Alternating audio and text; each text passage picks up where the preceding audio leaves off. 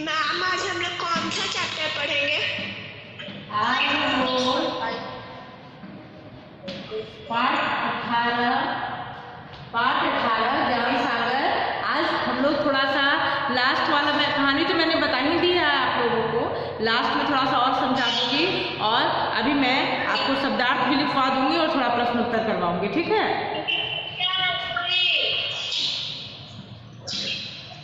मैं बोर्ड पे अभी शब्दार्थ लिख रही हूँ, इसको आप नोट कर लेंगे और मैं भेज भी दूंगी, आपको वीडियो भी भेज दूंगी, इसका शब्दार्थ भी भेज दूंगी, ठीक है?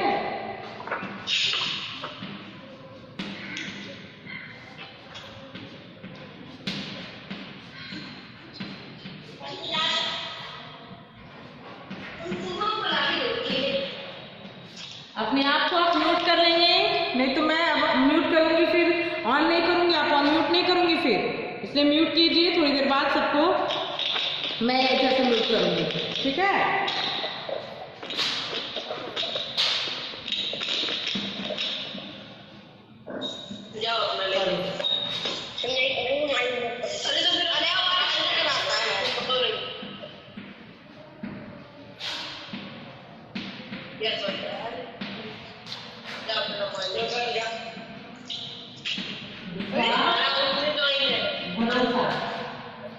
मैं आप लोग पहले म्यूट कर देती हूँ।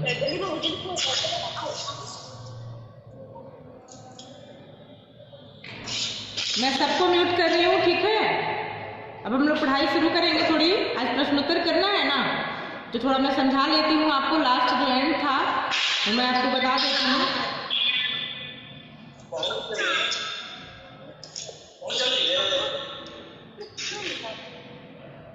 ओके, चलिए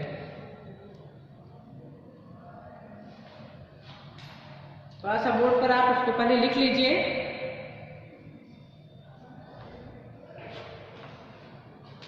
एक और यहाँ पे एक तीर्थ यानी क्या होता है? हिंदुओं का धार्मिक स्थल, हिंदुओं का धार्मिक स्थल तीर्थ यानी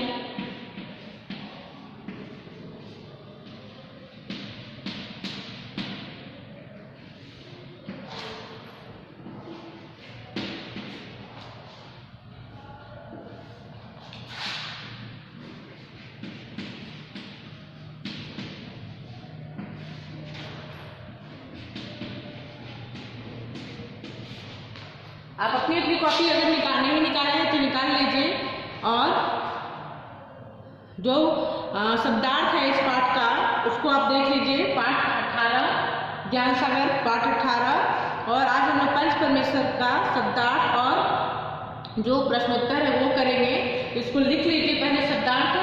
पंच पांच, परमेश्वर ईश्वर, मित्र दोस्त या सखा, विश्वास भरोसा, तीर्थ हिंदुओं का धार्मिक स्थल।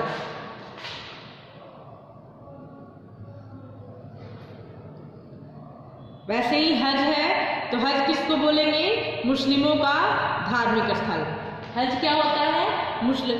तीर्थ हो गया जहाँ हिंदू पूजा पाठ के लिए, जहाँ मंदिर में जाते हैं पूजा पाठ के लिए, ईश्वर के दर्शन के लिए। वैसे ही हज है वो वहाँ वह मुस्लिमों का धार्मिक स्थल होता है। धर्म यानी मजहब, वादा वचन, प्रतिज्ञा, वचन या प्रतिज्ञा, फिर जिंदा जीवित।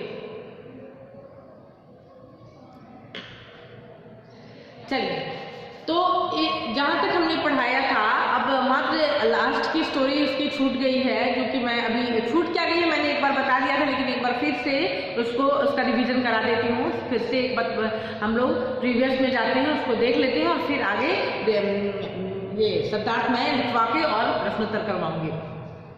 तो क्या है कि कहाँ तक हमने पढ़ा था कि अलगू और जो जुम्मन शेख थे, दोनों मित्र थे और दोनों में आपस में न्याय के कारण, अलगू के न्याय देने के कारण जुम्मन से उसकी थोड़ी लड़ाई हो जाती है।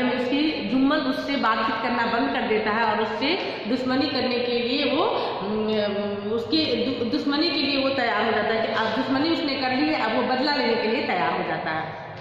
ठीक है, तो अच्छा, अब एक बार क्या होता है कि जो अलगू चौधरी होता है उसको अपने खेती के लिए दो बैलों की ज़रूरत थी और वो काफ़ी हुष्ट पुष्ट 2 बैल लेकर आता है, खरीद कर लेकर आता है और दोनों से खेती करवाता है। लेकिन अचानक एक दिन क्या देखता है कि सुबह जब उठता है तो एक बैल की उसकी मृत्यु हो गई रहती है और उसको जब वो पास जाकर देखता है तो क्या पता चलता है कि उसको जहर देकर मारा गया है। वो समझ जाता है कि ये और किसी का नहीं, जुम्मन शेख का ही काम है, लेकिन वो कुछ, चूँकि उसके पास सबूत नहीं होते हैं इसलिए वो कुछ भी नहीं कर पाता है। आगे जब तब तक उसी गांव में एक संजू बनिया रहता है जो जिसे एक बैल की जरूरत है।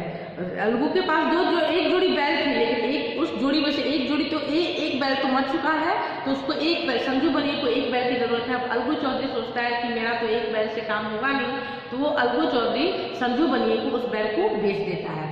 लेकिन संजू बनिया क्या करता है, वो कहता है कि महीने के अंत में मैं तुम्हें अभी पैसे मिले नहीं है, जब पैसे मेरे पास आएंगे तो मैं तुम्हें इसके पैसे दे दूंगा। अलगू चौधरी उसके लिए तैयार हो जाता है, वो उसको बिना पैसे के उसको वो बैल दे देता है।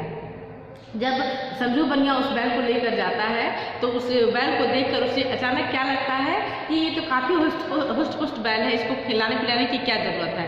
अब वो बिना खिलाए पिलाए उसको जी तो उससे उस बैल से मेहनत करवाता है। दिन रात मंडी से गांव से मंडी वो ले जाता है, ले आता है। अचानक एक दिन बिना खाए पिए वो बैल तड़प कर और वही वो मंडी से गांव आ रहा होता है, तब तक बैल रास्ते में ही, रात का समय होता, शाम का समय रहता है और रास्ते में वो बैल दम तोड़ देता है। क्यों? क्योंकि ना उसे भोजन दिया जा रहा था सही समय पर और ना ही उसे सही समय पर पानी दिया जा रहा था। अब उसे वो तो क्या होता है, उसकी मृत्यु हो जाती है। अब संजू बनिए को रात में ऐसे ही गुजारा करना पड़ता है। संजू बनिया गुजारा करता रहता है और रात भर गुजारा करता है और सुबह जब उठता है तो उस ठेले पर उसके जो बैलगाड़ी थी उस पर क्या क्या लदे होते हैं, घी के पीपे, फिर तेल के पीपे सारे लदे होते हैं और अनाज से भरा होता है। रात भर उसका वो जो सामान होता है वो चोरी हो जाता है और साथ साथ उसके जो पैसे होते हैं वो भी चोरी हो जाते हैं, तो उसको बहुत नुकसान होता है। अब वो क्या कर सकता था, वापस वो कहाँ जाता है, अपने गांव चला जाता है और तब उसे मतलब अब वो कुछ नहीं कर सकता था क्योंकि गलती तो उसकी ही थी। और जब समय होता है, अलगू चौधरी जब उससे पैसे मांगने आता है महीने के अंत में, तो क्या कहता है कि मैं तुम्हें पैसे नहीं दे सकता हूँ क्योंकि तुम्हारे बैल की मृत्यु हो चुकी है। तो इसमें अलगू चौधरी का तो कोई दोष था नहीं। अलगू चौधरी ने तो उसको बैल को दे रखा था और उसने पूरे मतलब जब तक वो बैल जिंदा था, जब तक वो जीवित था, तब तक संजू बनिए ने उस बैल को पूरा उसका लाभ उठाया, उस बैल से पूरा काम लिया। लेकिन जब मृत्यु हो गई और उसकी गलती के कारण मृत्यु हुई, लेकिन फिर भी वो क्या कह रहा था कि मैं इसके पैसे नहीं दूंगा। अब अलगू चौधरी को भी फिर क्या करना पड़ता है, पंचायत बुलानी पड़ती है। लेकिन यहाँ अलगू चौधरी और जुम्मन शेख की जो आपस की बातचीत, जो दोनों में आपस में बातचीत बंद हो चुकी थी और जो अंदर से दुश्मनी चल रही थी, ये पूरे गांव वाले को पता थी। अब यहाँ संजू बनिया क्या करता है कि इसका पूरा फायदा उठाता है और जब पंच चुनने की बात होती है तो संजू बनिया किसे अपना पंच चुनता है, जुम्मन शेख को। क्यों? क्योंकि उसे पता है कि जुम्मन शेख को मैं पंच चुनूंगा तो निश्चित रूप से अपना बदला जो अलगू चौधरी से लेगा और मेरे हक में न्याय देगा। पंच बैठता है, पूरे चारों तरफ से गांव वाले बैठते हैं और जब जुम्मन शेख को पंच बनाया जाता है तो अलगू चौधरी समझ जाता है कि अब मेरे पैसे मुझे नहीं मिलेंगे। जुम्मन शेख जो संजू बनिए और अलगू चौधरी की पूरी बात सुनता है और सुनने के बाद वो काफ़ी देर तक सोचता है और इस निष्कर्ष पर पहुंचता है कि संजू बनिए को अलगू चौधरी को उसके बैल के पैसे देने होंगे। क्यों?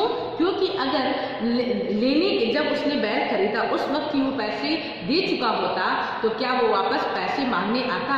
क्या उसका हक बनता कि वो पैसा मांगे? यहाँ संजू बनिए की गलती है, उसने बिना पैसे की पूरी जीतोड़ उससे मेहनत करवाई है बैल से और उसे उसकी मृत्यु का कारण भी वही है। तो जुम्मन से क्या फैसला करता है कि अलगू चौधरी को, संजू बनिए को अलगू चौधरी को उस बैल के पूरे पैसे देने होंगे।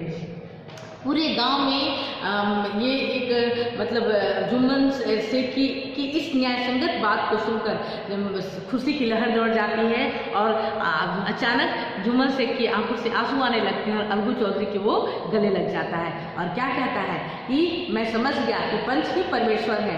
जब इस पंच की कुर्सी पर कोई बैठता है तो उसके अंदर परमेश्वर निवास कर जाते हैं, अर्थात ईश्वर निवास कर जाते हैं। और उस वक्त वो दोस्ती दुश्मनी हर कुछ भूलकर और सिर्फ न्याय की बातें करता है। अब मैं अलगू चौधरी को क्या कहता है जुम्मन से कि मैं बहुत गलत था कि तुमसे मैंने दुश्मनी ली। आज मैं इस कुर्सी पर बैठकर मैं समझ गया कि आज जो पंच है वो परमेश्वर है। तो इस तरह दोनों में दोस्ती फिर से, जो दुश्मनी थी वो फिर से दोस्ती में बदल जाती है और दोनों मित्र वापस से फिर से अच्छे मित्र बन जाते हैं। तो इस कहानी से क्या शिक्षा मिल रही है और इस कहानी का सही शीर्षक क्या है? यही है ना, पंच परमेश्वर, अर्थात पंच ही परमेश्वर है। आगे बात समझ में यहाँ तक क्लियर हो गया है? मैं भी अलाउ करती हूँ आप लोग। हाँ, अब बताइए, कहानी क्लियर हो गई आप लोग को? अब हम लोग प्रश्नोत्तर करेंगे। तीन दिन हमने इस कहानी को आपको लेकर हमने चलाया, ठीक है। हम लोग पढ़ाई 3 दिन, इसको 3 दिनों तक हमने इसकी पढ़ाई की इस कहानी को लेकर। आज हम लोग थोड़ा शब्दार्थ मैंने लिखा है इस पे, मैं भेज भी दूंगी और अभी आप चाहें तो इसको लिख भी सकते हैं, ठीक है ना। अच्छा, मैं अभी हाँ देखिए, अभी देखिए तो अभी आ रहा है, दिख रहा है? हाँ, तो अभी आप ओके, अभी आप इसको पहले लिख लीजिए। मैं एक बार फिर से बोलती हूँ, आप लिखेंगे, फिर हम लोग प्रश्नोत्तर करेंगे। पहला क्या है? पंच। आवाज नहीं होगी किसी की, मैंने अनम्यूट किया है ताकि आपको कहेंगे तो मैं म्यूट भी कर दूंगी अगर आप चुप नहीं रहेंगे तो, लेकिन आपकी सुविधा के लिए मैंने म्यूट नहीं किया आपको। तो इसको लिख लीजिए, पंच, 5 परमेश्वर, ईश्वर, इसको लिखिए। और कुछ मैं आपको इसमें और भेज भी दूंगी इसको, और इसके बाद हम लोग थोड़ा प्रश्नोत्तर कर लेंगे। प्रश्नोत्तर मैं बोल दूंगी, आप लिख लेंगे, ठीक है ना, क्योंकि मैं लिखने लगूंगी अगर तो फिर एक ही 2 प्रश्नोत्तर में समय समाप्त हो जाएगा। तो मैं बोलूंगी, आप इसको लिखेंगे। लिखिए, जहां नहीं समझ में आए आप मुझसे पूछ लेंगे। दिख रहा है ना? Okay ma'am. ओके, देखिए। यस मैम, दिख रहा है। Yes ma'am. ओके,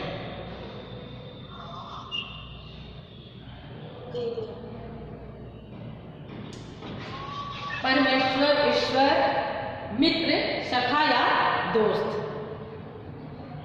फिर है विश्वास, भरोसा, फिर हिंदुओं का धार्मिक स्थल। हिंदुओं का धार्मिक स्थल।